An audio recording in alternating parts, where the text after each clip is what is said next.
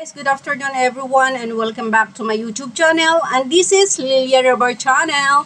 And for today's vlog guys, magluluto ako ng simple ulam for today. Ito ay gulay lang at saka yung natira kong pritong isda guys.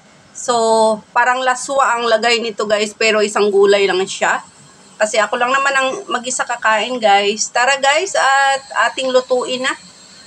So, ayan ang ating pritong natira guys. Lagay na natin. So, pakuluan lang natin yan. Para pag makulo na siya, lagay na natin yung gulay. So, ayan guys. At kumulo ng ating kamatis, sibuyas, at saka yung natirang prito natin. Ilagay na natin ang ating gulay.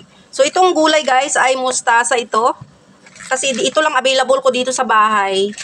Eh, gusto kong may sabaw. Kasi nga kahapon prito din ako.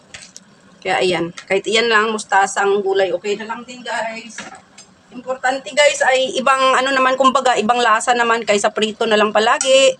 Kaya ito, ginawa natin ng paraan para naman mag-iba ang kanyang lasa. Ayan guys, takpan natin.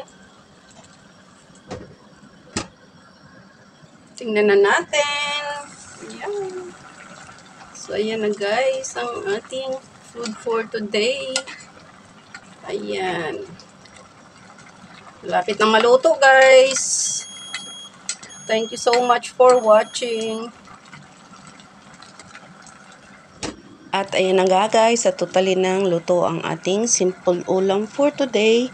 And healthy pa din kasi may gulay pa rin siya.